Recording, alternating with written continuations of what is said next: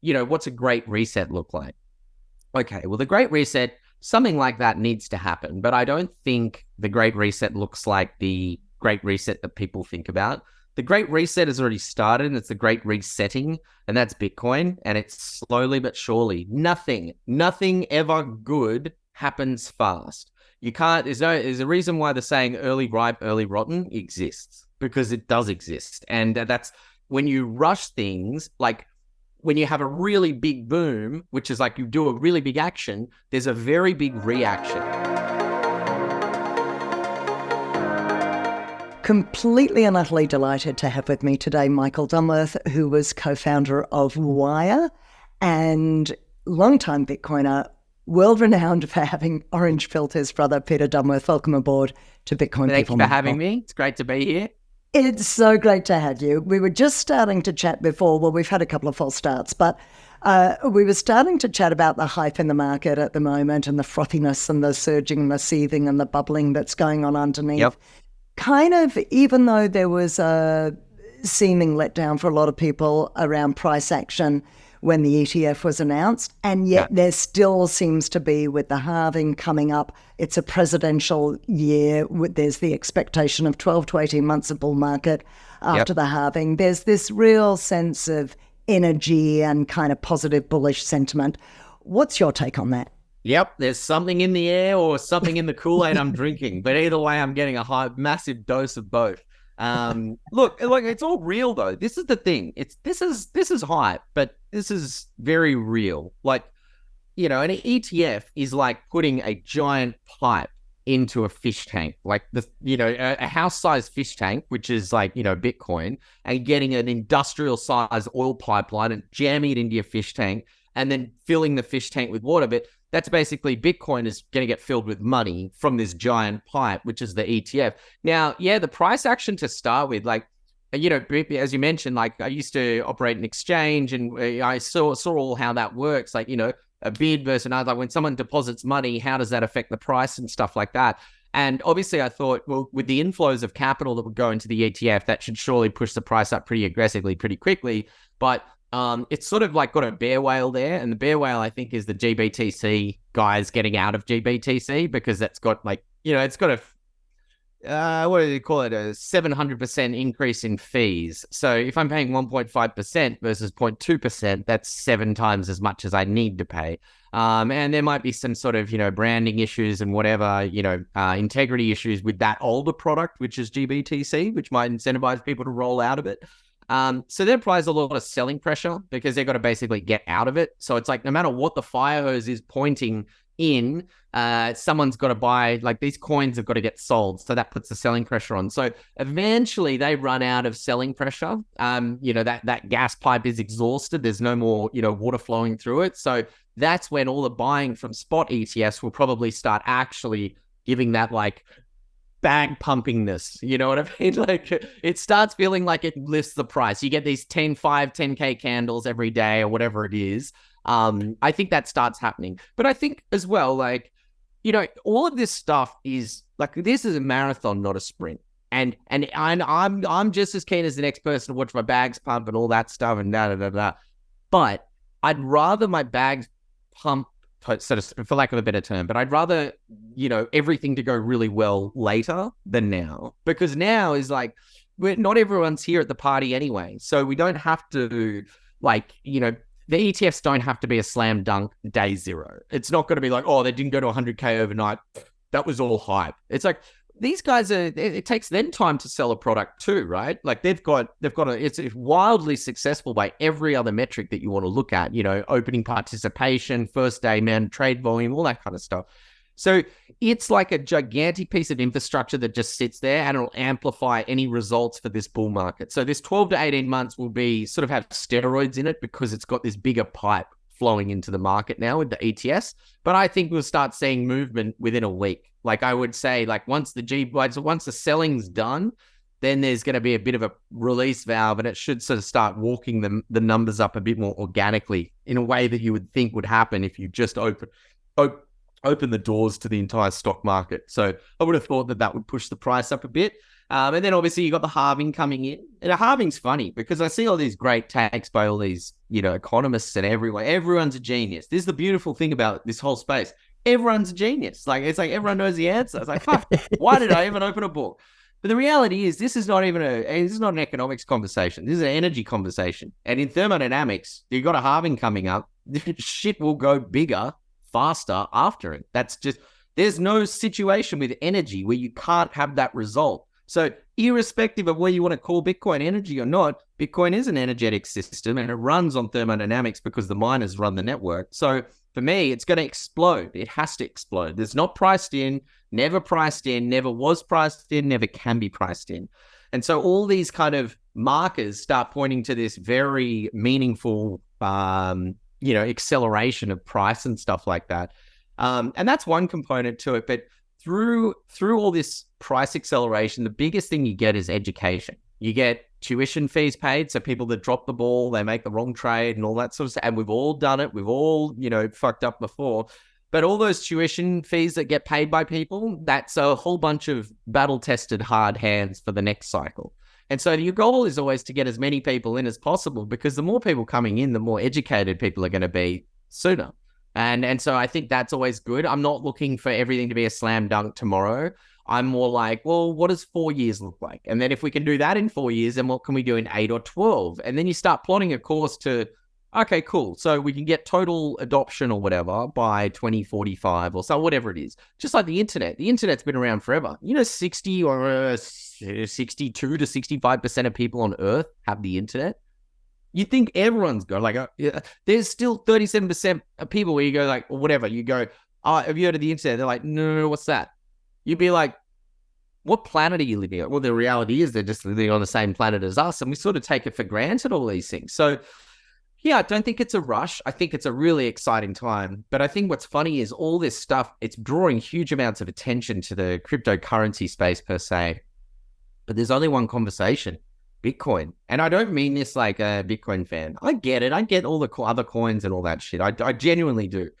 But if Bitcoin is a person, everyone stops when he walks into the room. Like, I mean, like, literally. People don't fuck around with it. Like, people can't argue against it. Look at everyone. Vanguard, the biggest asset manager in the world, has said, yeah, well, we've actually got a better take on Bitcoin. Everyone went, go fuck yourself, and slap them. As part of my language, sorry. But basically, go F yourself, slap them back into line. And now they're like, maybe we should reconsider our position, because Vanguard basically said, hey, well, we're not going to let people trade the spot ETF because we don't believe in Bitcoin. And it's like, okay, whatever, dude, you're just losing money. Thanks, bye. And people are over arguing. They just go, yep, next. And so Vanguard quickly sees that they've lost 1,000 accounts with total assets under management of about $50 million. And they're like, oh, that was a silly tweet. That was expensive. We'll learn from that one. And now you look at Franklin Templeton or whatever it is. They're basically gone, oh, Schweppes, we're fully missing this social media game. Like, because they realize that if you're a Bitcoin ETF, your goal is to get the community on board.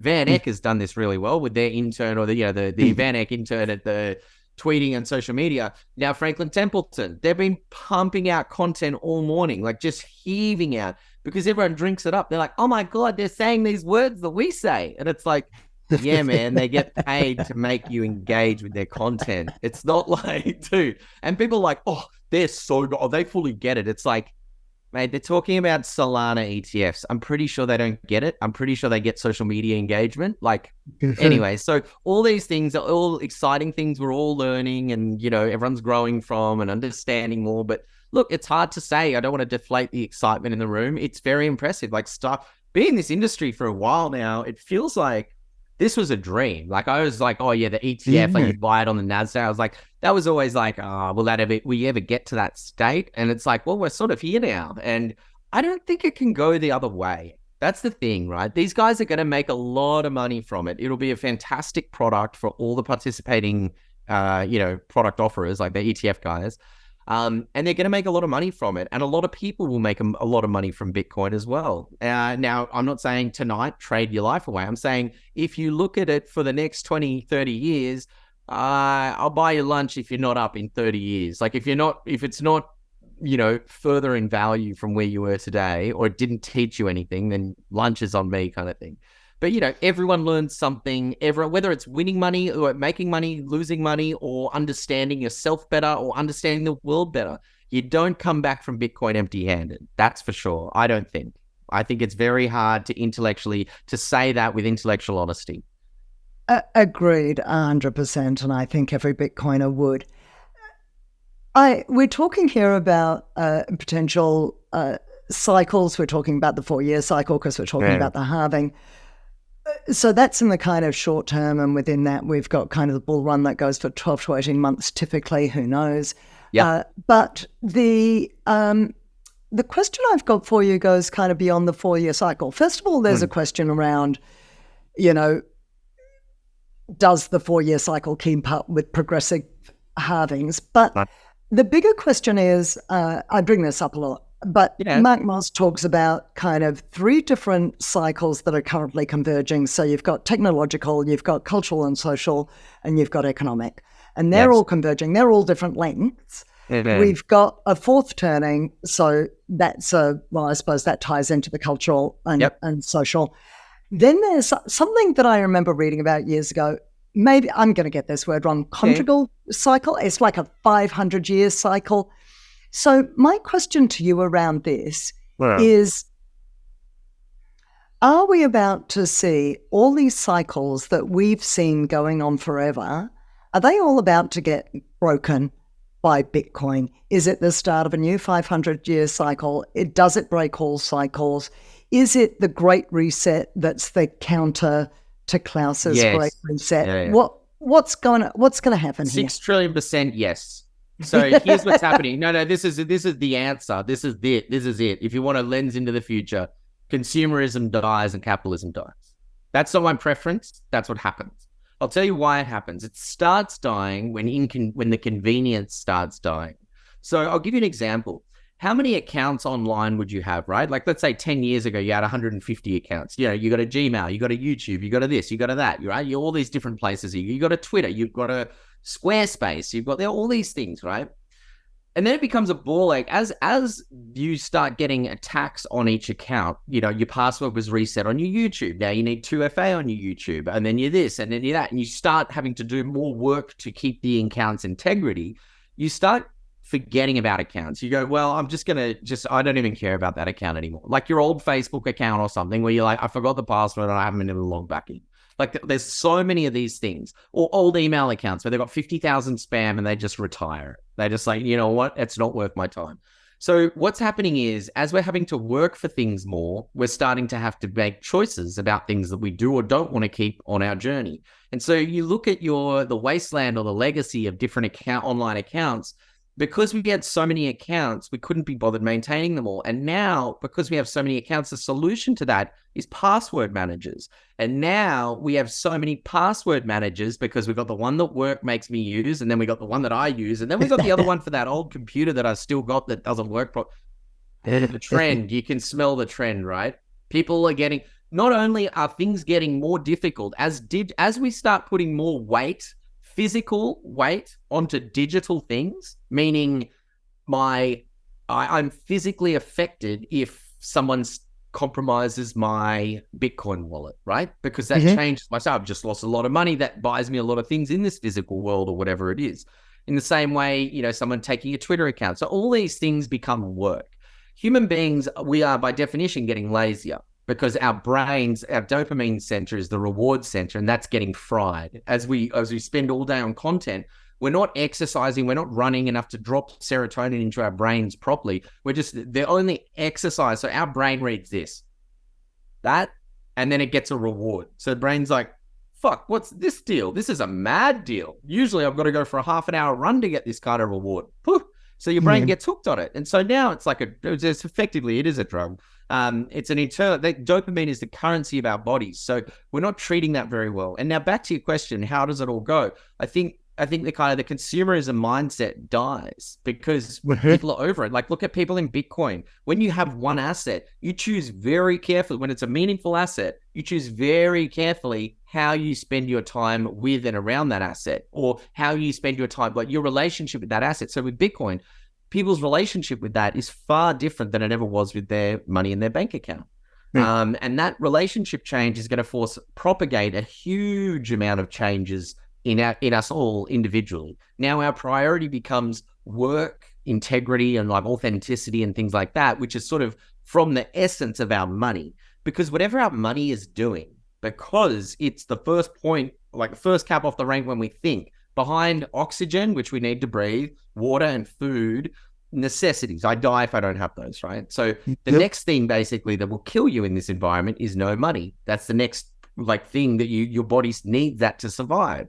And that's because of the way we made it. But basically which means it's going to filter every thought I have. Oh, do I want to go on that holiday? Oh, but I don't have enough money. Oh, come to dinner with it. Oh, I don't have enough money. Oh, you want to come see, the birth of my kid. Oh, sorry, I'm working. All these things are interrupting every thought that we're naturally, organically meant to have.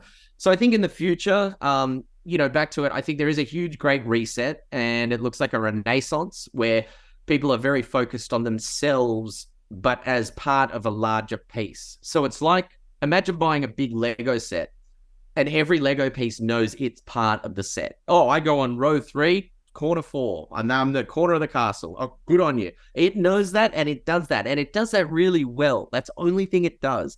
But if it didn't do that, the whole castle wouldn't stand up. So I think we're going to, as a species, look more unified, like as a species. We're going to think like a species. Right now, we've got people arguing over, like in the middle, like on two sides of the water. It's like, no, I said this first. No, we said this first. It's like, you're both fucking idiots. There's 6 trillion planets in the fucking galaxy, part of my language, but there's 6 trillion planets in this whole universe, whatever it is, and you guys think that it's worth arguing. Like, what planet am I on? Get me out of here. Like, you know what I mean? How on earth, as a species, you can't achieve a goal as a human. If you can't achieve something if you don't have a goal as a human. You can't achieve something if you don't have to have a goal as a company. You can't achieve anything if you don't have a goal as a country.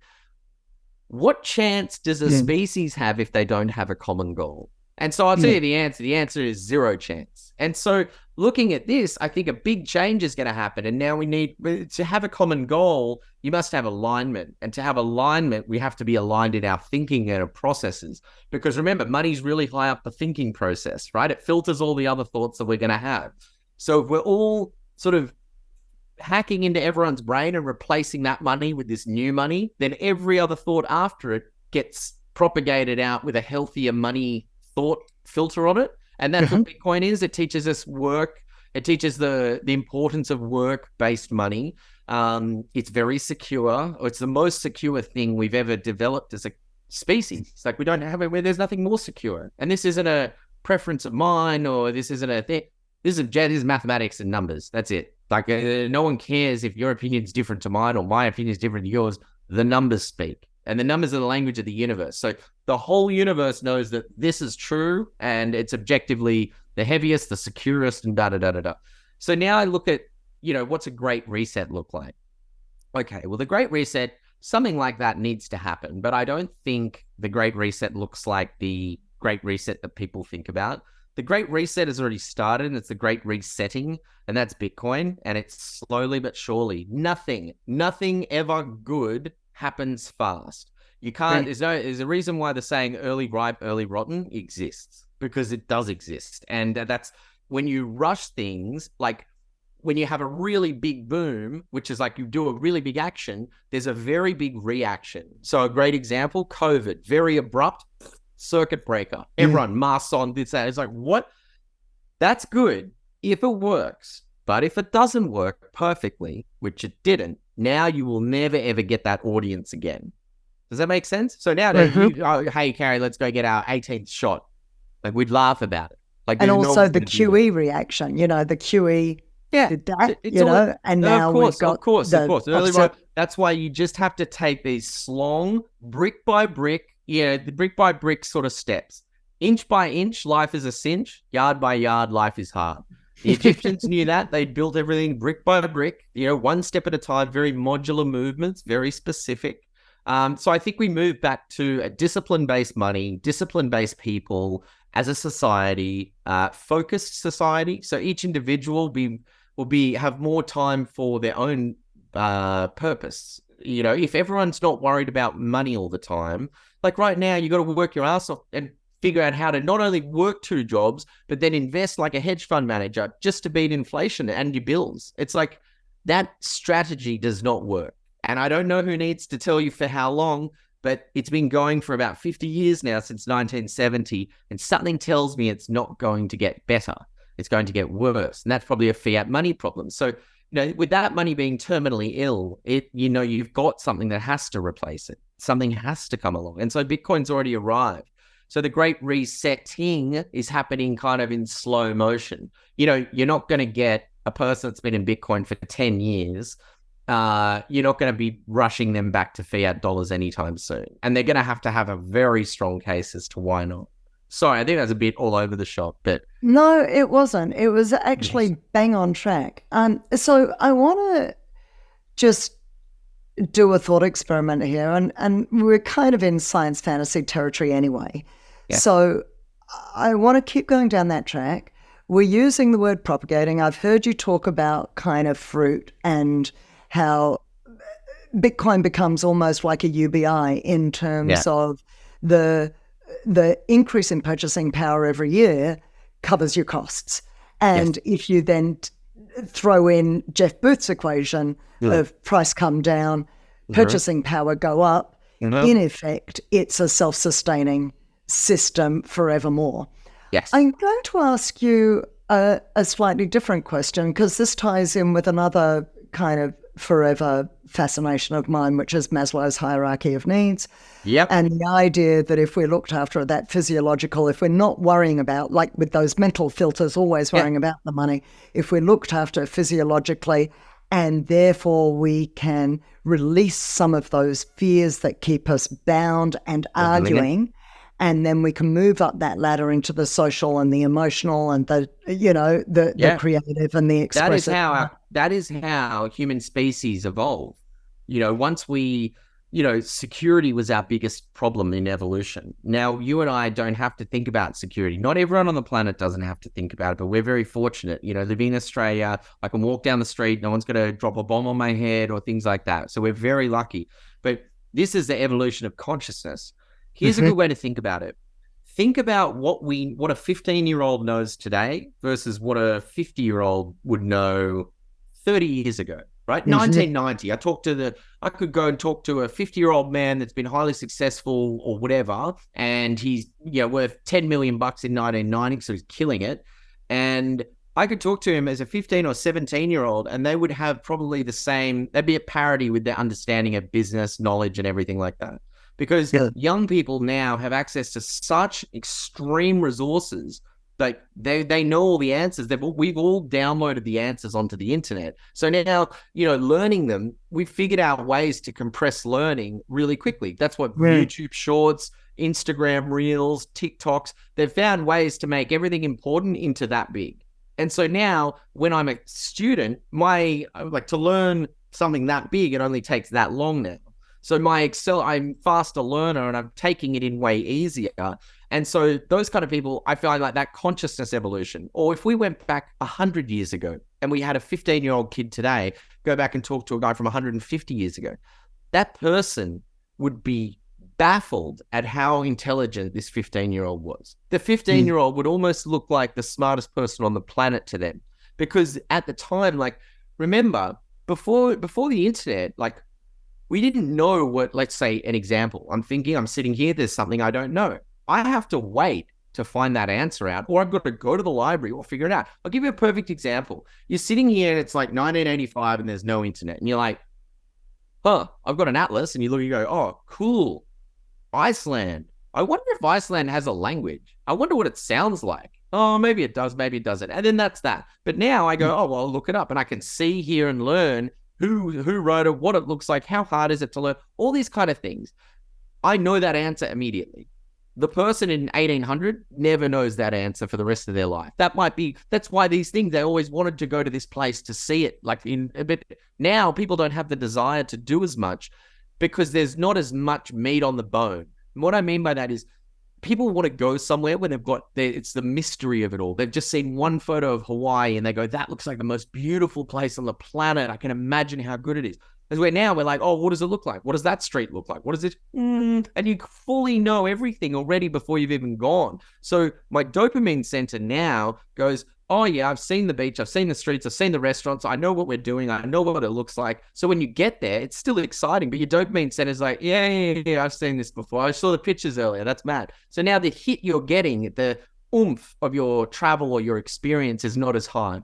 And so I think this is a big part of the thought is like, what does our consciousness look like in 50 years time? Like I'll give you an example. Like look at these young kids in the space now. They're like 20-year-olds and they're talking economics and all this shit and Bitcoin's monetary policy, and they're all pretty much bang on. But I was like, if you asked me any of these things when I was 20 years old, but dude, I would have had my finger on my nose, sculling a beer or something at the same time. Well, that was last week, but you know, but you know what I mean? It's kind of like you were just so 100%. Naive to it all. But now the wealth of knowledge is just getting compacted. So we're starting to see this intelligence, like this evolution of consciousness. You know, 15 to 25-year-olds now are understanding money to a degree that, you know, every central banker has never understood, or they have, but they've been just intellectually dishonest on it. But do you know what I mean? So, yeah. It's true. But knowledge is different from experience, and experience is different from wisdom. That's a really good point, by the way, because knowledge is different from experience. Phones and the internet has made us think that knowledge and experience are the same thing. And that's the problem. Oh, yeah, I've seen it before. Oh, yeah, I know what it's like. No, have you been there? Oh, no, but I've seen the phone. Totally disconnected. And you know why we don't give a fuck to go and pursue the experience is because the attaining the knowledge, which comes before the experience, it's like, oh, you learn about, oh, that place looks cool, I should go. Your desire to go there has been throttled because your dopamine has been released on that topic already because you've seen it on your phone. And so we're draining the excitement out of things before they've happened because we're so, oh, I need to know everything before I go because now I'm like socially awkward because I need to predict, like, you know, I need to know, we want to know more, like where all the moving parts are, because as our brains, we're using computers far too much now where we operate like computers. We operate very yes or no. That's why kids now are having really hard times, because a child grows up now and they could be 10 years old and they could have never being told no to anything. They've complained to their parents every time something doesn't work, they get an iPad. When was the last time an iPad ever said no to a kid? They tap on an app, it opens the app. So it doesn't teach them about adversity. So for me, I'll give you an example. Like my TV here, I've got Apple TV or whatever. My YouTube is not signed in, so I have to watch ads. And that's like for me to slow down. So it's basically the computer going, no, fuck you, I'm not playing whatever you want me to. I'm like, okay, cool, that's good. This is a more normal relationship now. Like, you know, not just this hyper binge behavior. So anyway, knowledge before experience before wisdom. I feel that's brilliant. This episode of Bitcoin People proudly brought to you by BitRefill, your one-stop shop for living on Bitcoin and Lightning and building out the Bitcoin economy and this Bitcoin world we would all love to see come to fruition. They've got all the best gift cards like Amazon, Apple, Bunnings, Airbnb, Uber, and much more. They've got Coles and Woolies for your groceries, Bill Fairies to pay your bills, BP and Ampol for your petrol. You can do your hotel bookings or top up your phone credit or buy a gift or phone credit for a friend or loved one overseas. So check them out today, bitrefill.com, and remember to put Bitcoin People in the referral code for 10% Bitcoin back on your first purchase. Absolutely. And so I want to tie in with that. And I want to come back to this, maybe Maslow's hierarchy. I want to talk about consciousness. And I guess my question is humanity capable of, if we were to go to a world in whatever that period of time is, 50 or 100 years, where we don't have to work to the degree that we have, or we can work by choice rather than for necessity. And pursue passions and so on and so forth. Yeah. And I'd like to tie this into you personally, if you don't mind. I actually want to talk about your personal values and spirituality and the evolution of those over your lifetime. Yeah. And I want to parallel it with the spiritual evolution of humanity. And would you be ready individually? And is humanity ready collectively So I'm interested in both the personal and Yeah. the Personal broader journey. Okay, social personal question. journey on spirituality. Okay, so grew up, Catholic or Christian or whatever it is. Like I'd sort of still mix on forgive me, but I'm just not educated on the topics. But yeah, grew up Christian, church, all that stuff. Not super like church every Sunday, but just a respect for something else beyond Earth, right? Like my parents are like, they get your kids in it. It's almost like Santa Claus is like that. I always thought religion and Santa Claus. Santa Claus was like a beginner's guide to religion for little kids. Basically, it says, do all this stuff, be good, for a year, and then you get this like, he's watching though, like trust me, he's watching, and it's like, oh shit, he's making a list, he's checking it twice, like Santa Claus, fuck, okay, I better not fuck up this year. The same thing like Jesus or whoever is always watching, and it kind of gets this premise of like just be your best self all the time kind of thing. It's kind of like, yeah, if you had a reality TV show following you around all day, like Joe Rogan said, you'd behave much like you'd be like always on your game. You'd be like, shit, everyone's what? Oh man, I can't just sit on my bed and do nothing. But okay, let's go for a run. I got to look the part. But okay, so spirituality has been like come and gone on me. It's actually come back to me pretty hard. Started with a bit of it, like a respect for it. Went to a Christian school, then went to a Catholic school, and I never knocked it. I'd always thought it was like, oh yeah, I get it. And I'd always thought my idea with religion was, people used to laugh at like, oh, what idiots. People go to these things and they chant and they don't. It's like, you're missing the point. Like, life's hard. I don't know if you've had perfect days your whole life, but like, if this makes their days easier, do it. You do you, brother. Absolutely do it. And so whatever that is, it doesn't matter. It's just that's your connection with something beyond yourself that makes your physiological self feel at a transcend the problems that you've got. So basically becoming a higher version of yourself. And so I think about that from a spirituality context. And then through high school, it was a bit more like, and after high school, it was a bit more like, not atheism, but it was sort of like the scientific method started taking over, right? Where everyone's like, oh, science is, quantum mechanics is, da-da-da. And that sort of said like, there's no dude in the sky wearing a white robe. And I was like, well, okay, sure. That makes sense. I guess so, yeah. But after that, I'm like, after now recently, I'm like, well, with Bitcoin, it's like, no, that's brought me back to spirituality heaps because it's just shown you like, well, no, cut out all the noise and then what do you have? So it's like, oh, spirituality is not good. It's like, why? It's like, oh, go see a movie. It's like, why would I watch two strangers talk about something that's imaginary? Like, like that's what going to see a movie is.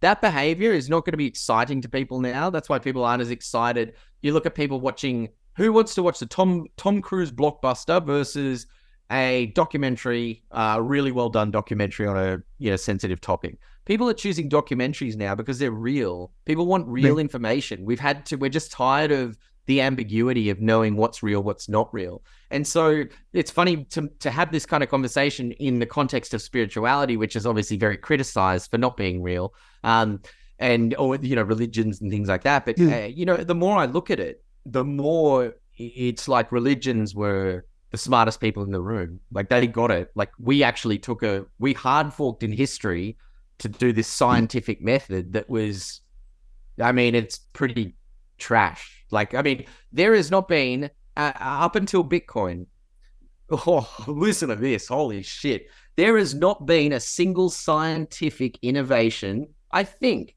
Oh, hold on. I think this is actually, we can say this with honesty. I don't think there's been a single scientific innovation that science has given to humanity that has been positive sum. Like positive sum meaning zero negative effects. Now, Bitcoin, I believe, could be the first scientific invention that is purely positive sum.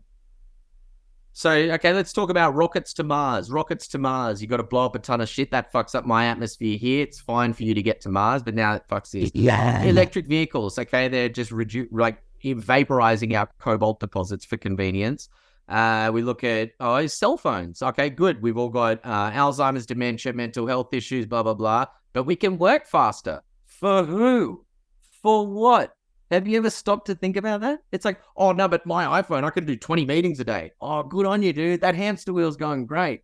That's what they want you to think. Like, that's a sucker bet. That's not making your body better. It's not making your mind better. And here's the thing, doing startups, right? The thing I learned after doing startups is the body is the startup. everyone is the CEO of their own body. And that's what you get. Like, that's your body and mind. So it's like, oh yeah, why are you trying to make an innovative product for people? Like, it's like, dude, why don't you make an innovative habit change, or like add an innovative skill to your repertoire? But so spirituality to me, it's kind of come full circle. Yeah, it exists. No, probably doesn't exist. To, oh fuck, these guys were so right the whole time. I think that they were basically, I look at religions and religious symbols as almost like they're hints that they're trying to pass through time to us to basically say, oh, we figured it all out. And here's the thing, when people go, oh, they didn't have the technology we had. Exactly. That's exactly why I would probably trust their thoughts over yours, because your thoughts and your knowledge is totally tainted. Like, think of the ability for someone to be present now. We have people that are coaches. We have apps to download to try and figure out how to breathe in and out 10 times. Like, just do 10 breaths. We are so short for time. You can't even give me 20 breaths a day. So that person today is very busy, but they're busy with nothing that's connected to themselves. They're busy just doing stuff that they think they should be doing. Now, if you go back to these Egyptians and shit, when they stood out at night, like, yeah, they had problems during the day and shit, but imagine the clarity of thought that a mind would have without billboards, without this, without that. Yes, they've got problems, but they all have a healthier balance, because every problem they've got is a workable problem. Everything is a physical. So because they're not running away really quickly digitally and then paying the effects physically, which is what we're doing, like our brains can't keep up with the signals that we're trying to process. That's how we get depression, anxiety, and all this stuff. Those guys would have the most clarity of thought. That's why they do understand numbers. They did understand beautiful things like Fibonacci sequences and, you know, what the stars are doing. Like, because if you're a person, imagine standing in the middle of the desert or something when you're in the 1400s and you look up and you're like, holy shit, wonder what they are. Like, and your brain is clean to think, because your brain is not poisoned with, oh shit, I wonder if I can get that Gucci belt on sale and then that girl might like me, or whatever it is. Like, it's like like not relevant to you, not relevant to humanity, all that kind of stuff. So I think the broad strokes of it is spirituality is going to make the biggest comeback you've ever seen. I'll mark these words. Religion and spirituality will make the biggest comeback that the earth has ever seen. And I think that science will get laughed out of the room retrospectively in history. So what that means is, I think a lot of the physicists today, they're sort of just good at selling books. Like, they're not adding value. Like, they're not Nikola Tesla, they're not Einstein. All they're trying to do is find ways to sell books on the knowledge that they have around those great thinkers. No one's willing to step up to the plate and actually move the needle. And I think that's really sad, because it's like every person has a superpower. This isn't some have it, oh, you got it, you don't know. No, every single person has a superpower. No one can be you but you. You are literally a perfect, immutable blockchain that's been going for however many years. I've been going for 37. And every moment has been sequentially tied together with the previous moment. Just like every block hash is hashed and tied together with the previous one. And that's what makes a chain that looks like a time chain. But our bodies are a time chain in the same way. Every single thing that has happened to me, like right now, I'm a product of every single event that's happened to me or around me, let's say. And not in a bad way, but, you know, there's two sayings. It's like, you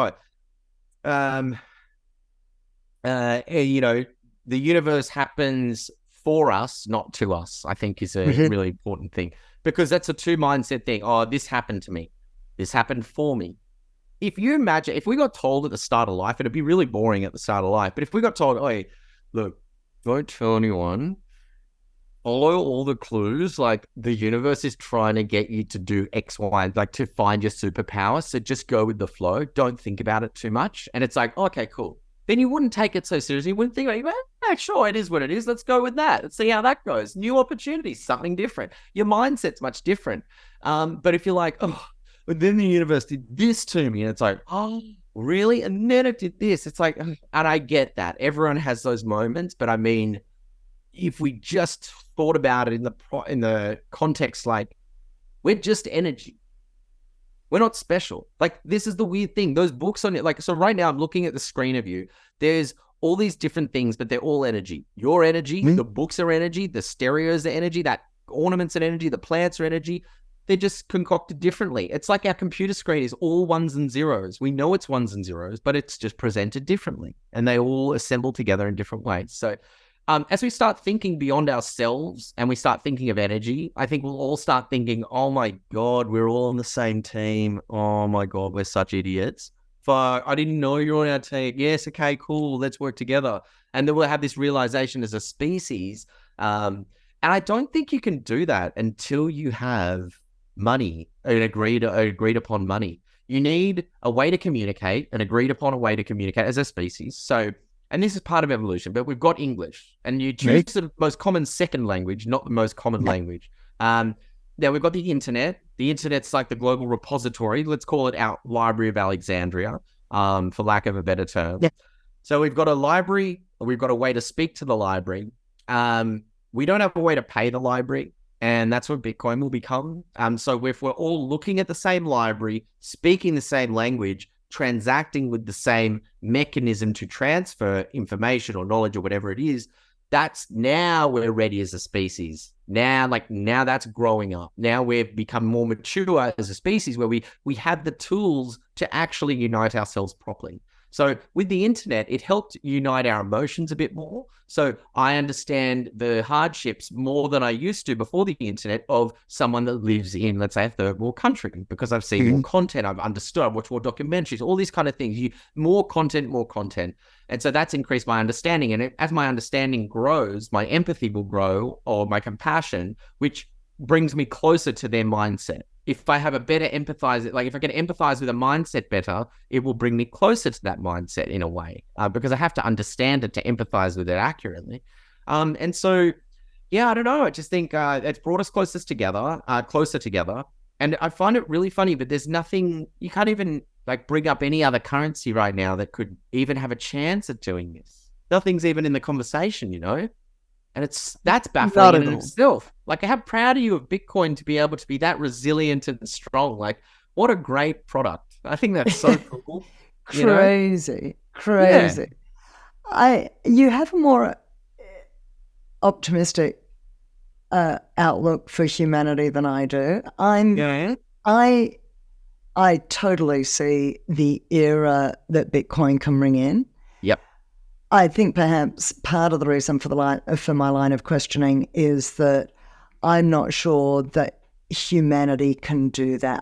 I'm not sure if I believe at a consciousness level, at a core truth level, at a spirit level, whatever you want to call that, we are compassionate and we are love. But in this environment, we're set up for failure kind of thing. But I don't know if it's just the environment. At the human ego structure level, regardless of the fiat environment, are we always going to seek out conflict because that's how we grow or that's how we learn? Are we always, is that innate to human nature? So if you take to the degree that the base layer is love and compassion, once you start getting into layer 2, which is the personality structure, then isn't there always going to be that fight, flight, or freeze? Isn't there always going to be that amygdala hijack? Isn't there always going to be that struggling with yourself, struggling with others, like the argy-bargy of life and the stresses and the challenges and the difficulties is, to my way of thinking, that's why we come to Earth. That's just a personal thing.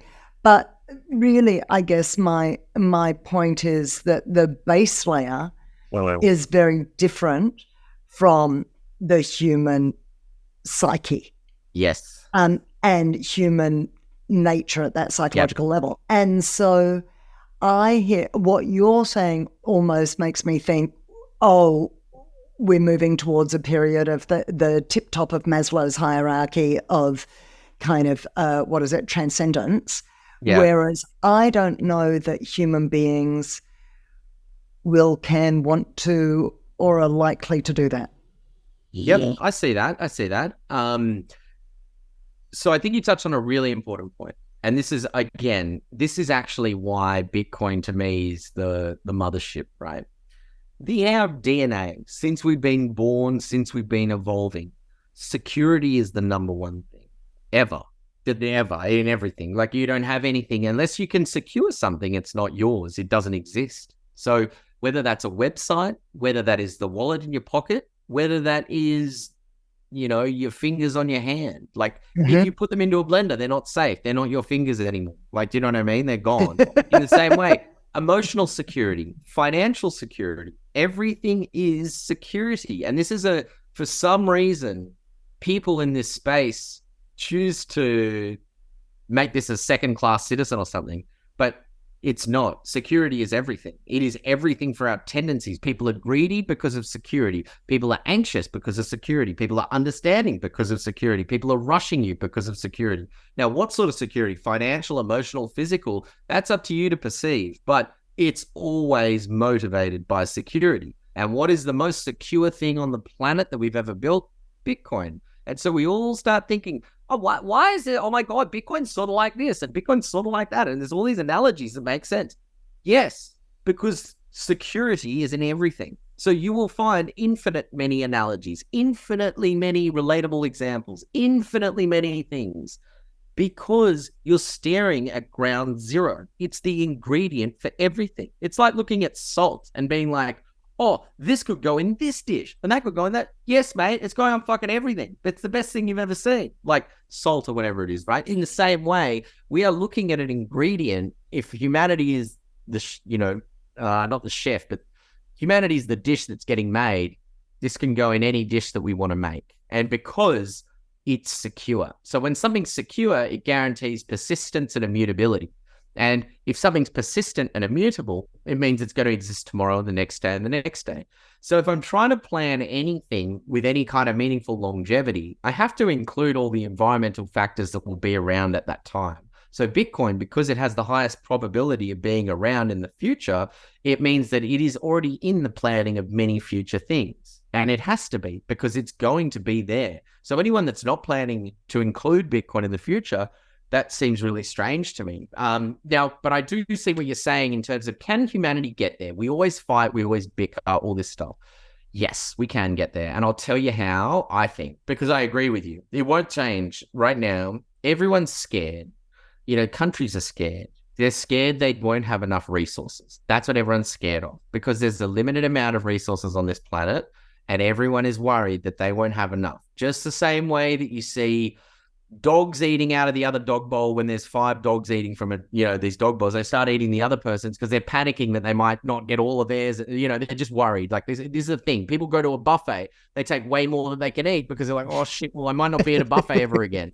All these kind of things. It's a very basic thing, but it comes down to security. So I think at the moment, human beings are not getting along because we have finite resources, or we believe that to be true. So it's like, yes, we will continue fighting over scarcity because that's what happens. Scarcity gets fought over by everyone. That's the rule of rule of nature. If it's scarce, it has to get fought over. Now, the idea is to make things that aren't, or to have things that function the economy, or like whatever you want to call it, society or whatever. Humanity needs to function on renewable things. And I don't mean renewables like the bastardized word of, let's go spend a whole bunch of, coal to power these machines to dig it up to make one electric battery. Like, I'm not talking about that bullshit in renewable. I'm talking about like the energy field, magnetism. Like, our planet flies through the universe. In an ocean, it looks like space, but call it the ocean of magnetism, meaning like, it's like running out, like for us to be worried about energy, which is the cause of all our fighting. Like, no one invades countries because they don't like the t-shirt they're wearing. They invade countries with a hidden agenda, which is resources. And they find a way to polish that up to say, here's why we're doing this. It's actually resources. We need more oil, more this, more that, more cobalt, whatever it is, doesn't matter. And so as they start sort of acquiring these resources, what the goal should be, if you want to stop a war, flood the market with resources. That's how you stop wars. Because the only thing people are fighting over, I guarantee you, there's no justifiable reason to ever invade another country if your country is okay. No justifiable reason. If your country is not affected by them, you're self-sustaining, self-sovereign, whatever it is as a country. That's why people that are sustainable, self-sovereign people, they're not worried about other people's shit as much. They're in their own zone. They're doing their own thing. They're just trying to be the best version of themselves, and they're controlling all the inputs around them to make that happen. In the same way, we're all the same. The identity carries all the way up the stack and down the stack, whether you're a baby, whether you're a company, whether you are a country, whether you are, not for profit. We all behave the same. We all will have tendencies. We all have these things. So I think it's going to be hard, but I think if the world has infinite energy, I don't see a war happening. One, because it'd be very stupid to ever attack someone that has infinite amount of energy. That's a common sense thing, right? Like, I'm not going to go pick a fight with a dude that's got an infinite amount of energy? Or infinity, or infinite, yeah. How can... So I imagine... Okay, explain infinite energy to me. So it's not like we're not going to be digging out barrels of oil and shit. Like, that's like a redundant energy source. It's not redundant, but it's just a negative, so it's not positive sum. But the Earth, so magnetism will become a big thing, where we'll be basically drawing energy out of the ionosphere and from space. So what I mean by our planet is flying through space, and there's this gigantic waves, like imagine an ocean, right? The current of the ocean. Imagine we're underwater and there's tides, these huge tides that we can feel underwater. Right. That's like the magnetic, like the solar energy coming off the sun. It's like these big blankets of magnetism that's like wraps around our Earth, creating like a force field almost, because our Earth's falling into the sun perpetually. And all we basically need to do is like stick our hand up there and go and like catch that magnetism. In the same way, to be like a guy in a boat holding his hand out with a cup and be like, filling a cup up and then putting like the petrol back into the tank because he can use it. Like, it's like in an ocean of gasoline, driving a boat and being like, shit, we've got no gas. It's like, just pass me that cup. You put it in the ocean. You're like, yeah, here you go. Oh my God, how did you do that? It's like, just observe the surroundings. And so that's my belief. And that's what Nikola Tesla sort of championed on. He's like, guys, what the fuck are we doing here? Like, he was like, literally like, I don't understand. Why are we not doing that? And look, there's two avenues that you can go why you wouldn't do that. One is obviously there's a big kind of conspiracy of like, oh, they wouldn't want that and they want to control everyone, and the free energy is there, but we're not using it because they can't monetize it, and da-da-da-da-da. There's that, maybe. I just think people are quite ignorant, and like over time we'll learn. Like, you learn, you fall on your face 50 times. The 51st time, you're going to be less inclined to fall on your face. It might take us 50 times. It might take us 51 times. So far, it's taken us 2023 years. We've got plenty more time left. So it's like, I think that conversation comes in the next probably 10 to 20 years. I think that'll happen. Yeah. Okay. And that's the only solution. Otherwise, I do see it being very problematic all the time, but I can't see anyone doing something that they don't want to do if they don't have to do it. Okay. All right. Got it. TBD. We'll see how that goes. I've heard you talk a bit about prime numbers. Yep. Talk to me about that in words of one syllable, like I'm 5. Yeah, 100%. Or a very stupid 5-year-old. I'll give you a perfect, the stupidest thing ever. Listen, okay, every prime number is really hard to find because it doesn't have any divisors, meaning there's no numbers that go into it. It's only it. Like, you can't find, like, the number 6 is easy to find. I can multiply 2 times 3 and I get 6. I can, multiply 6 by 1. And then now I've got all these little ingredients. Think of the number as the rest, as the dish, and the divisors are the recipe ingredients. Prime numbers are like the most delicious dish ever, but no one knows the ingredients because apparently they've got no ingredients. And so what prime numbers are used for in nature and in computer science is for like identity or cryptography. And so that means like Satoshi's Bitcoin wallet, right? That's a really powerful Bitcoin wallet because it's got so many coins on it, or so many coins attached to it, right? And so like all these cryptographic keys, which is sort of who we are on the internet, you're not you're just your cryptographic key that tells me it's you, because that's what happens. So when you go to a website, you see that little green padlock, that means that the cryptographic key says, hey, you've got the right prime number to be here. Because what's happening when that little padlock turns green, and to explain it like I'm five, it basically goes, hey man, are you the right person I should be talking to? It goes, well, show me a prime number. It's like, well, I'm this prime number. He goes, well, I'm this prime number. He goes, and then it's like, hey, you're the person I'm supposed to be talking to, because the algorithm, like the hashing algorithm, or the RSA encryption or whatever, it's taking two big prime numbers to figure out the missing ingredient between this number. And so it's basically we use prime numbers because they're really hard to find. Meaning, if they've got no divisors, we can't find them, and so we have a harder time of finding them. So that's why we use them in cryptography. And now cryptography is the backbone. That's oxygen for the internet. Like literally, we can't live on the internet if we don't have oxygen, basically. And so cryptography gave us oxygen. It gave us the ability to communicate directly with each other and know that we're talking directly to each other. So if we didn't have cryptography right now, it would be like having a Google document and everyone's allowed to edit it. That's basically what no cryptography on the internet looks like. It's just like, blah, blah, blah, blah, blah. You see everyone just changing everything all the time. It's just a shit sandwich, and you're left with no value because nothing could ever stay the same, right? Because it changed all the time. Nothing stayed the same, which means that's not anything to me because I can't label it because it's always changing. So it's irrelevant. I'm apathetic to it. But with cryptography, it allows me to go, only I can change that. Good. Well, now I can change that. And that's like a website. Google. Only Google can change Google. Only you can move your Bitcoins, all that stuff. Cryptography is all built on prime numbers. So if the internet is built on cryptography and it's dependent on it, not built on it, it's dependent on it. Meaning if it disappears tomorrow, so does the internet. So the internet is gigantic, and we know that stuff on the internet can change the physical world, right?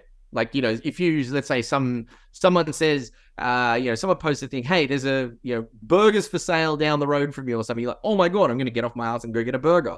Some reactive thing. Elon Musk tweets something funny. You get 1 million people doing this gesture, but they're doing it on their keyboard. So they're typing. That's an energy reaction that's actually physically happening. And we can quantify that. So we've got the internet and we've got the physical world. Well, below the internet is the cryptographic world. And that's all the keys, RSA keys. So all the little padlocks that allow us to prove that we're us, that's that. And then below cryptography is dependent on prime numbers, meaning if they don't exist or they're not as challenging to us to understand, meaning if they're easy, if we fully get them for some reason, they might become an obsolete technology to us. But basically prime numbers underpin everything in cryptography. So there is no other conversation to have if you're in the world of mathematics or anything like that. Every work that you're doing, if you're not working on the base ground layer, your work can be made redundant. And so that's like saying, if let's say I've got an addiction to, I don't know, like you take prescription drugs every day or something. I'm dependent on smoking, right? You take a person smoking. And now you put me on an island and there's no cigarettes. My physical state will change. No matter what you say, my physical state will change, whether I like it or not, because there's a nicotine deficiency that's now coming up to a head. That's going to change all these different parts of my body. Now, I can't choose to change that. That's a thing that's baked in, guaranteed, because it's a dependency. Just like prime numbers. When prime numbers change, cryptography changes, meaning the knowledge about prime numbers. Or let's say cryptography. If cryptography changed and broke, whatever's built on top of it is also breaking. Just like how we study, if you go to build a building in Japan, you've got to get the geologists there to survey the rock and the tectonic plates and shit, because there's no point building the best building in the world, the best architect, and it's super strong. Or did you check the ground that you're building on? Like, that's probably the first thing, because that's the easiest low-hanging fruit to just break, because it breaks everything on top of it. So I think that prime numbers, they also, like, if you are your keys or you are your digital self and your digital self is represented by a prime number, then I think we start looking at, oh, wow, when we boil it all down, we're really just numbers in a system. And those numbers in a system are representative, like they represent us both physically and non-physically. And so that's why I think that not only are they the most important thing ever, like for the reasons I've just outlined, but if they are that important, and we are that close to them each and every day, I think it makes sense to understand them or try our best to. So what have you understood about them? Why are you so intrigued by them? Well, I understand why you would be intrigued in something that is so fundamental to encryption, to the internet, to how we therefore all behave. I get why you would be intrigued by the base layer, as it were. What is there to understand about it, and what do you hope to achieve by understanding prime numbers better? Because I know it's a real kind of passion for you. Yeah. Well, I want to know what's going on. Like the big question it is not a human question. Like if you look at the universe that we're in, there's a guarantee of something. There's a guarantee that another species on other planets, wherever they are in the universe, right? The universe is very big. So don't think about time and how far away they are. Just imagine we're all in this giant universe together and we all started at different times. Well, what tools did they have when they started? And then it becomes a question of, because if I'm trying to predict what another civilization is going to be doing, or like how they would progress through the universe, I need to know what tools they've got, right? Like that's what a forensic scientist does. A forensic criminal investigator. They go to a scene and they add up all the pieces to try and go, I wonder what this guy did. They don't just put their thumb up their bum and go, oh, he probably went that way. They're like, I could see a bit of his hair on the lamppost over there, and his fingerprints on that. Like you're putting together all the clues. So I'm trying to think about, okay, well, what are aliens doing, and what technology do they have?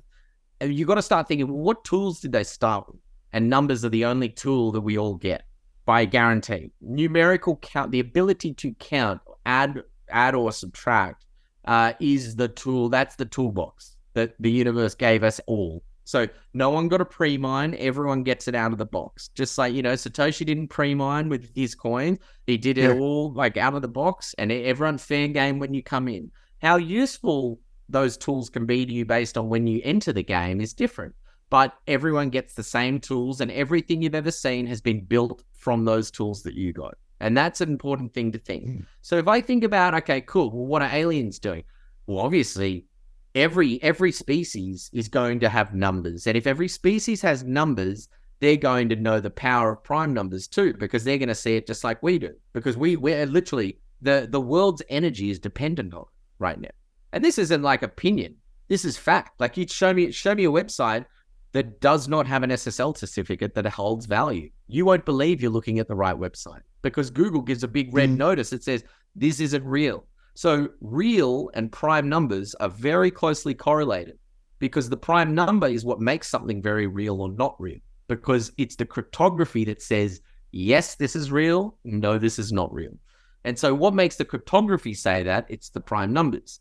The prime numbers working together, when my prime number sees your prime number, we try to connect to this Zoom call, it goes, yes, that is the right person you sent the link to, blah, blah, blah, or they typed in the right password, that works out to be the right number we're looking for.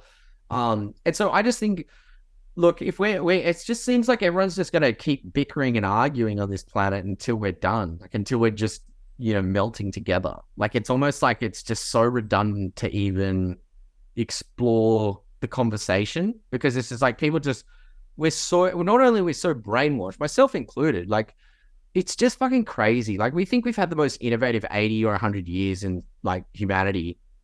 Like by what compass are you measuring that? Like you see these dickheads on Twitter that are like these thought leaders, and they're like, oh, we got this future summit and look how good humanity is.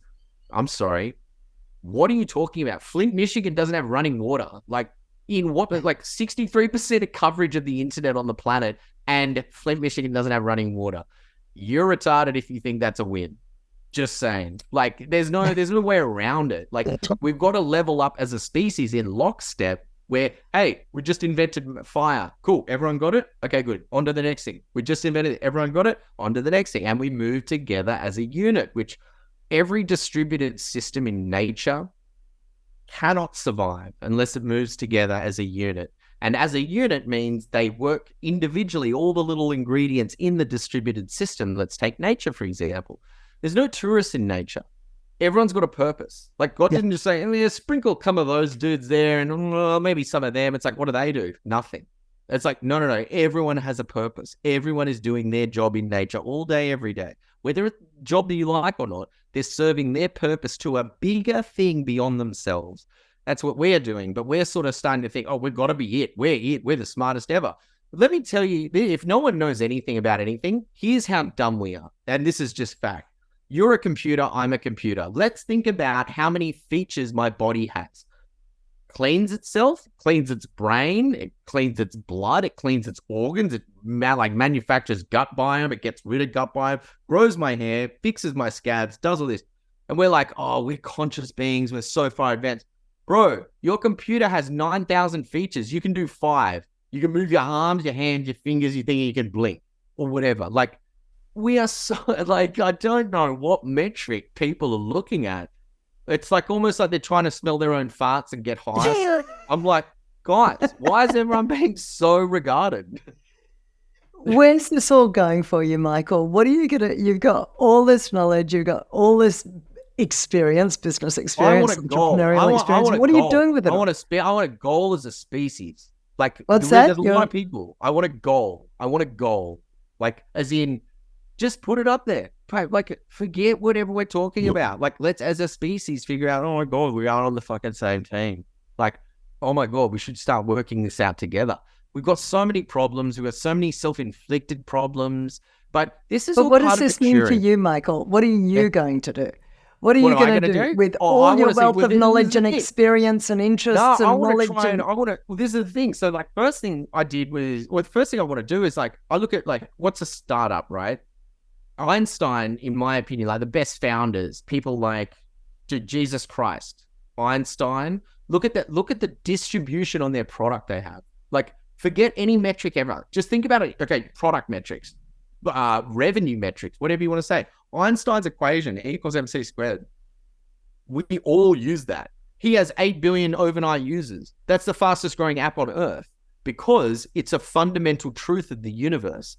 Because you can't live on Earth and say, I'm not going to use that app. It's like, no, you're using it and you're going to love it because you don't have a choice because you've already been using it.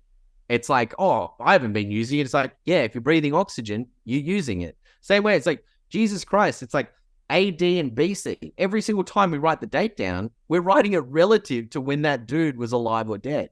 And that's amazing. Like, what a powerful impact that person's had on on humanity. Einstein, what a powerful impact. Like, how cool is that? We're all capable of that, though. This is the thing. It's like everyone is possible of having their superpower. Like, everyone's a Michael Jordan at something. The problem is you'll never find out about that if you're constantly fighting through the veneer of the day-to-day, and this shit got to put on my plate, and this shit got to put on my plate, and now there's a war going on, and now inflation's going up. It's like, fuck, it's like these trees that keep getting thicker and thicker, but you're trying to get through to your purpose. And so it's like, I find like that is a thing where I don't know what I'm going to do personally, but I really like the idea of, like equations and stuff like that, because if we find new equations, like I said with Einstein, everyone gets them overnight and it's a non-negotiable. You don't get to ask if you want to use it. It's like the train's left the station, the cat's out of the bag. It's like Bitcoin. I mean, people say now you get a choice to use Bitcoin. You're lucky you have a choice now to use Bitcoin, because soon you won't have a choice because it's the only game in town. Like, that's going to be a thing. I think as we go forward, it's like, I think just trying to find purpose and trying to set society up for finding purpose is something we should all be mindful of. Like, why wouldn't you want, I love seeing people do shit that they love doing. Like, when they're like, they're like fully entrenched in something and you're like, you know what? I don't know what you're talking about, but I'm digging how much you're digging it. When you see people talk about something, it's like, we all need that. Instead, we're like, I don't know, we're just kind of getting cock-blocked by stuff. And the stuff's not really good stuff to get cock-blocked by. It's just like, oh, someone fucked something up in another part of the world. Now we're all paying for it. Or, the government's made choices to buy, a bunch of submarines or something. It's like, what is going on? Like, it's just so noisy. And so the only thing you can do as an individual is do you, basically, and try and be mindful of like, oh, okay, well, what can I do to add value to the broader system while I'm pursuing my own journey? And in nature, in like all distributed systems, they're always made up of things doing their purpose as best as humanly possible, but knowing that that Lego block that they're doing is the right Lego block for the broader system, so the whole system can move forward. Every system, every distributed system, once it stops moving, it dies because it can't like progress. Like it's not moving anywhere. Like you need to keep moving. And so it's like, I think that's kind of important, is like everyone finding purpose. And I think Bitcoin, as it reduces a lot of worries in your life, like the Maslow's hierarchy of needs, right? Once Bitcoin starts answering a lot of those needs, where you start going, well, you know, I don't need the iPhone 18 Plus this year. I bought the iPhone 18 3 months ago. I'm not rushing for that, because people's brains are going to be much harder to win over now. We were very stupid. We were like, oh, cool, shiny object. But now we get it. We've had a lot of run-ins with bad things that look good that aren't good. You know, food, fast food. We've had, you know, phones, iPhones, screen time. We've had pharmaceuticals, medicine, vaccines, all this shit, science. You tell me, show me a W that science has booked. Show it to me. What? Show me the vaccine that's made me mad. Show me the money that they've made that's mad. Show me the investment strategy they've made. Show me the scientific work they've made that's mad. I'm seeing very little. And this is not my high horse. This is objective reality. Like what? Show me the innovation. And every innovation has come with some turd of a downside that just doesn't get disclosed. Like the mental health issues we're going to have now and actually having now are bonkers, and they haven't even started properly yet. The actual proper issues that we're going to have from, look, you put this thing to your ear for extended periods of time. This is a battery. There's a big magnetic field doing shit around this that we don't look at. Wi-Fi signals, radio signals, whatever it is. That intercepts stuff. That your brain, everything affects everything. And we've got this kind of high and mighty sort of thought process, it feels like, where it's like, well, no, that like, for example, you know, plastics, microplastics, right? You know, microplastics and stuff. Oh, but it's so small, it's not going to be a problem. It's like, well, let's see if it's not a problem. Have you ever had a bit of sand in your mouth, 1 grain of sand, and felt how crunchy your whole mouth gets? Like, it's like, oh, that 1 bit of sand in your tooth, it may as well feel like you're eating a rock. It does feel like that. Or 1 bit of sand in your eye. The human body is so intricately woven together. It's like one tiny change has, like any distributed system, one tiny change today can have huge effects downstream. And so, yeah, I think we're in for like a huge overhaul, like in a good way. We're going like a fresh horizons. We're like, all right, guys, let's dust off the mitts. Maybe that wasn't so great. Now let's try it again. What are we going to do? I don't know. Well, we're going to work on, you know, I think a lot of people are going to become more self-sovereign as well. People are going to grow their own food, want less things, and they're going to spend a lot of their time, like their life, actually working for the things they want, meaning growing the things they want, or building the things they want, or inventing the things they want, because all the tools are there now. Like, people are so empowered. Like, everyone's got ChatGBT, everyone's got YouTube, everyone's got these resources are like the Earth's knowledge. Like, there is so much there. So I think people are going to lose, well, they're already losing faith in the surroundings. You know, people like even fruit and vegetable from thingos covered in pesticides and all this, and people don't know, and they're not sure who to trust, and As that becomes more of a thing, which sort of speaks with the Bitcoin philosophy as well, people are just going to tap out of things that they can't get certainty on, I think. And that's going to be coupled from a frustration from misinformation, and then also a coupled behavior because we use computers more. Computers operate on certainty or objectivity, and so they're going to want certainty. So we're used to certainty, just like the kids that we say who used iPads and they've never been told no. They know everything. They say everything's certain. So when someone says no, they're like, what? What do you mean you've just taken away the certainty of something? I didn't predict that. That was impossible to predict. And so that can cause a huge discombobulation. So, and I don't say this, by the way, I hope I don't sound negative, because I'm actually not trying to be negative. I'm trying to be really optimistic, because I think I'm getting that. Even though we're dropping bombs on each other and stuff, there's a time where we will all work together. And, you know, one country might be head of security for Earth, and the other country might be head of production for Earth. And that's sort of how it looks right now. But everyone's trying to do more than they are. It's like, no, just focus on what you're awesome at. Like, we should have a round table as a planet and basically go, all right, who's good at what do we need? Okay, we need this. Okay, who's the best at that? Okay, we'll take care of that. And then they become that guy. And that's how companies work. Companies have got employees that are specialized in things, and you add it up and that makes a company. Just like we're a planet. You add all the countries together and we're a species. It's like, Sure. I feel like we could benefit from just sort of thinking like that for 30 seconds, maybe. But we also like this fourth turning stuff that you mentioned earlier. This is all part of it, right? This is all part of history. This is how the cookie crumbles. This is how we learn from, good and bad and all that sort of stuff.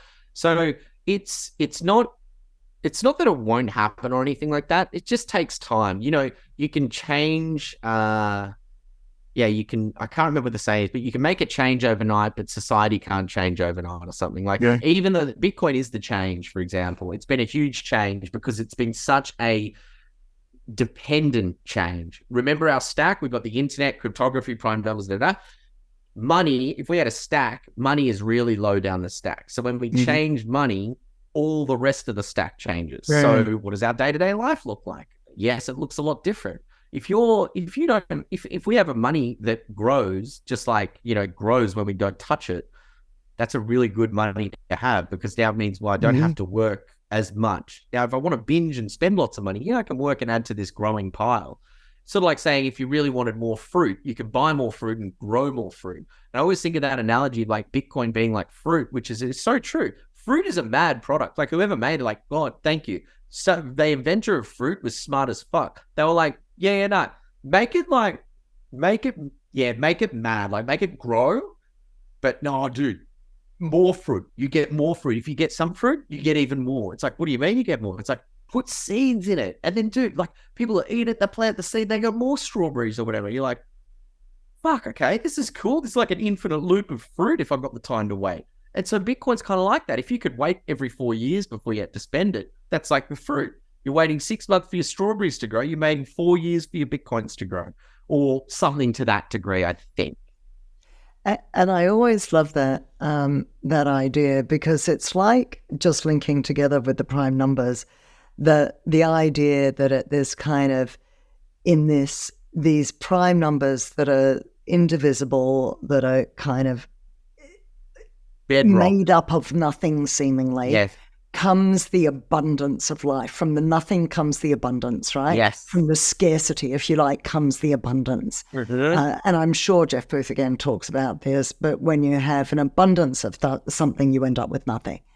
Yes. If you end up with an abundance of money supply, you end up with nothing of any meaning or any value or any capacity to kind of live and breathe well. Well, let's think about being an artist now. Imagine you're a cartoonist or, something like that. Dolly's just came out, ChatGBT's come out.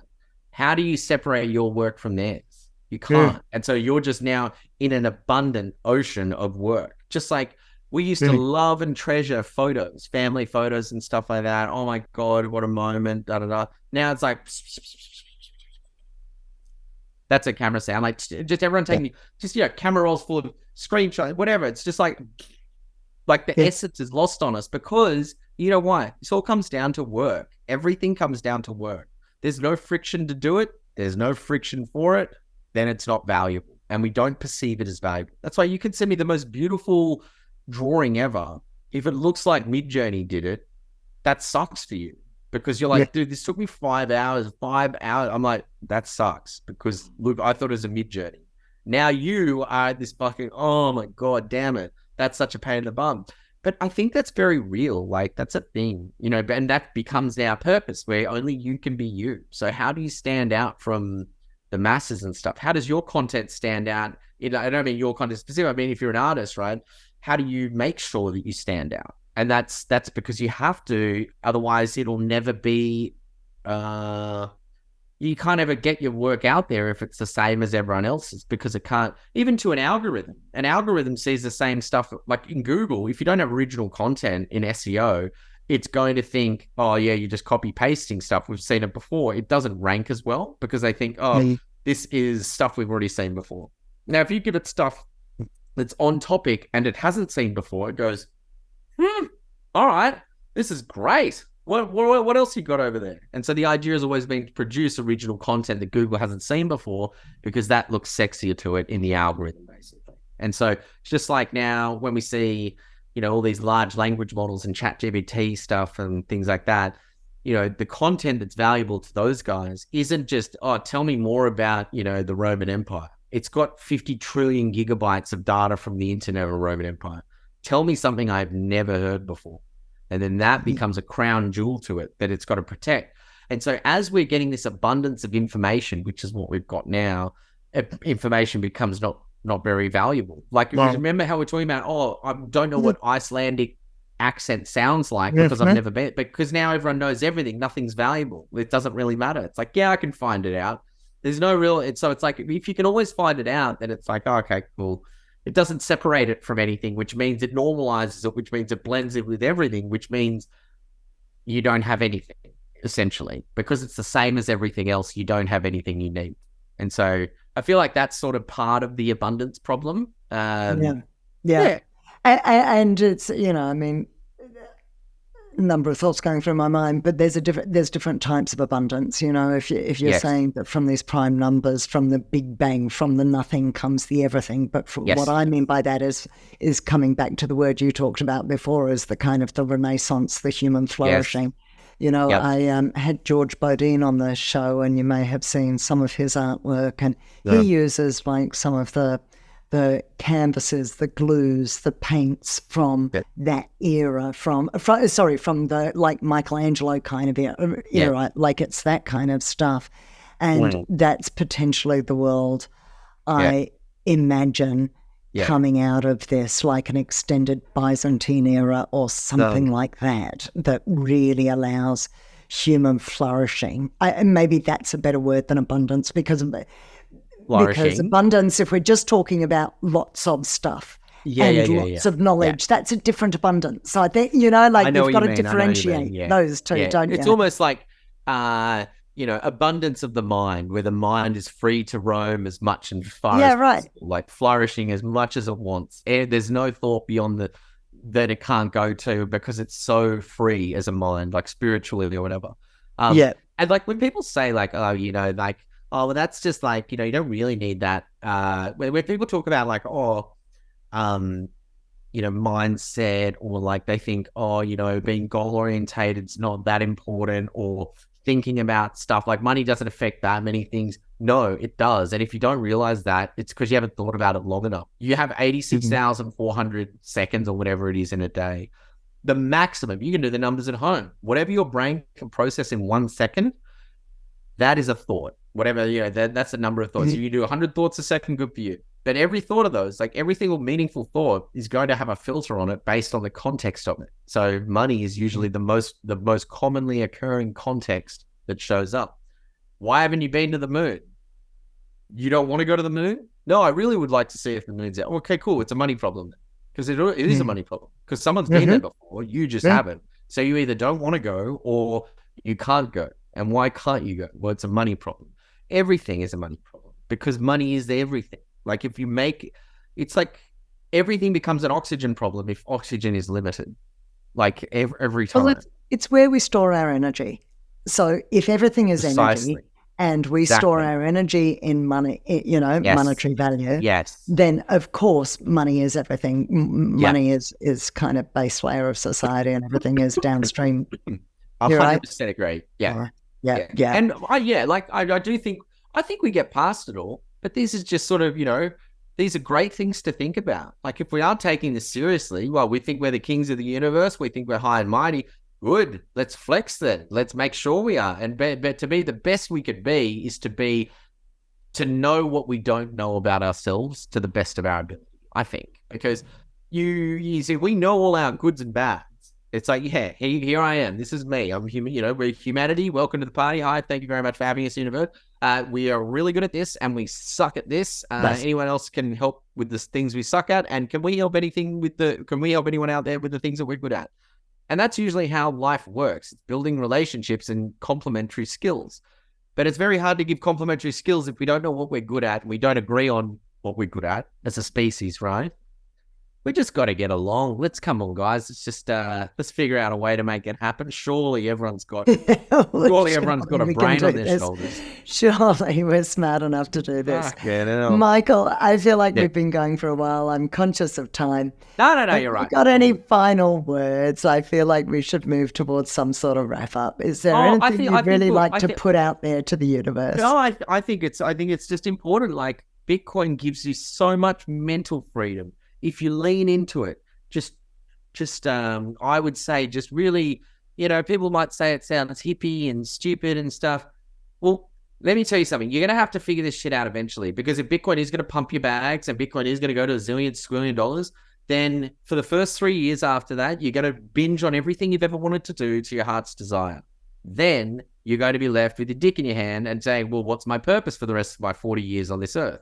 Like, if you're 40 years old now, you're going to die when you're 75. Let's say you get unlucky and you die when you're 60, or you get worse. You still got 10, 20, 30, 40 years here. So if everyone's finished all their financial goals or whatever, they've got their car, they've got their house, they've got the family, the kids' school fees paid. Okay, cool. Great. You still got 40 years here, dude. Now what? And it's like, whoa, that's a long time with no problems ahead. No, blank canvas, dude. Show the world who you are. And I think there's going to be a lot of those conversations. I think a lot of people are going to enter a realm where they've chosen to scale down their lives, meaning they want less, meaning, they're not trying to get the Mercedes Benz and the Louis Vuitton handbag or whatever. Like, they're like, no, I've got a car that works. I've got a bicycle that works. I've got my doctor's bill paid or whatever. And look, this is like that. What a beautiful position to be in. Like, if we could get people to that position, oh man, think of the bandwidth, the mental bandwidth that we'd all have. So that's what I'd say. I'd say Bitcoin is going to give us back a lot of mental bandwidth as, talking to the hierarchy of needs. It just solves so many problems. It's an express lane on the hierarchy of needs. And I think I've seen an image of this. Someone put this out, but it was like Bitcoin. And I know my brothers talked about the hierarchy in Bitcoin, like Maslow's needs and stuff. It's like an elevator versus the stairs. It will just, it'll fast track you up the stairs, basically. So anyway, I think just being mindful of that. And then obviously all this stuff is bonus stuff, because we've got a tangible hype cycle coming up, which is back down to earth. Let's go back down to money and economics. That part is brewing. That's cooking. That is ready to be served up on a plate and ask the guests to the table, because you've got a halving, you've got a political environment change, you've got ETFs launching. And then another thing is, obviously, with the last bear market or last bull market, a lot of people lost money because they were stolen from, not because they made bad decisions.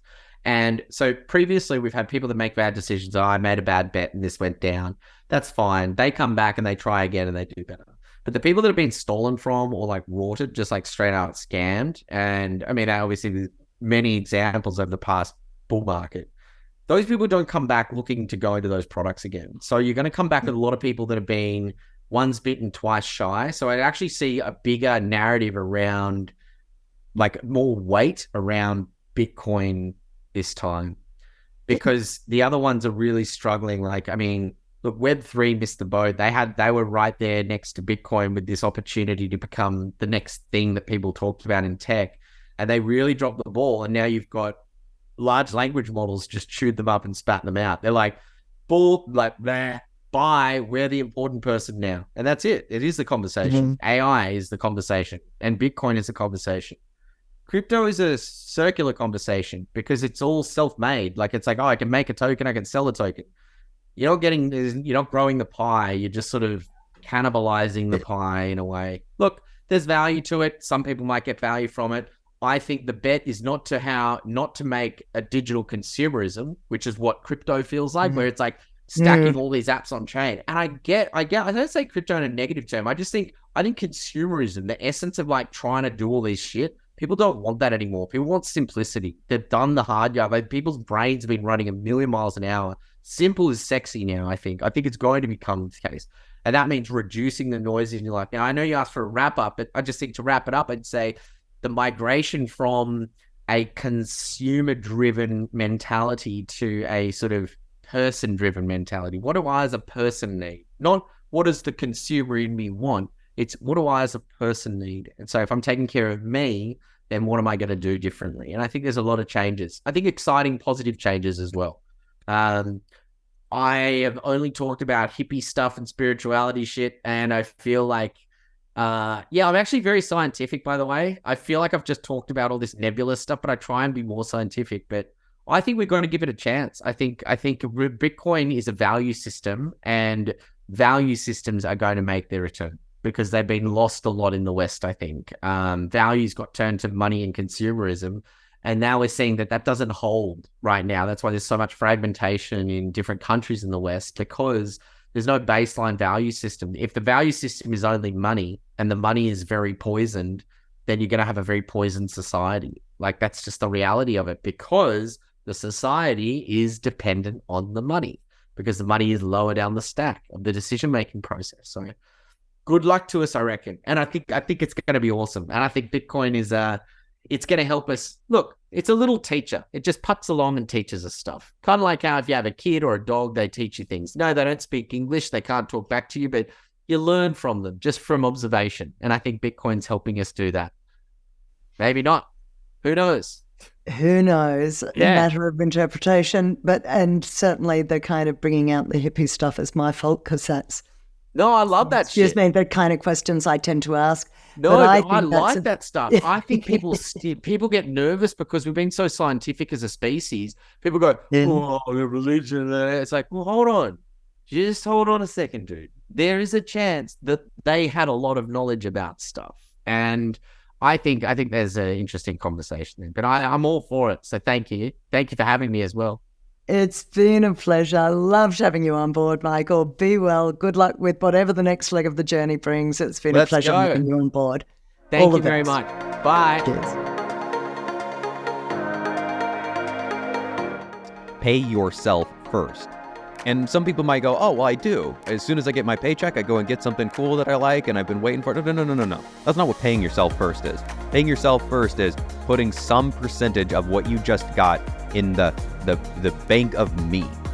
Not buying something, setting aside that money. And this is where inflation comes in. But if you put it in something that isn't stealing from you and can't steal from you, but if you do have a savings vehicle that isn't able to be stolen from, then apparently it causes your net worth to go up. And somebody might say, yeah, that's cool and all, Del, but your $25 that you've got now could go down to 10 cents. Yeah, it could, but everything about the laws of nature and reality, and when I check all the nodes that are up and this and that, and the mining and the C fidelity, it's all pointing in a particular direction.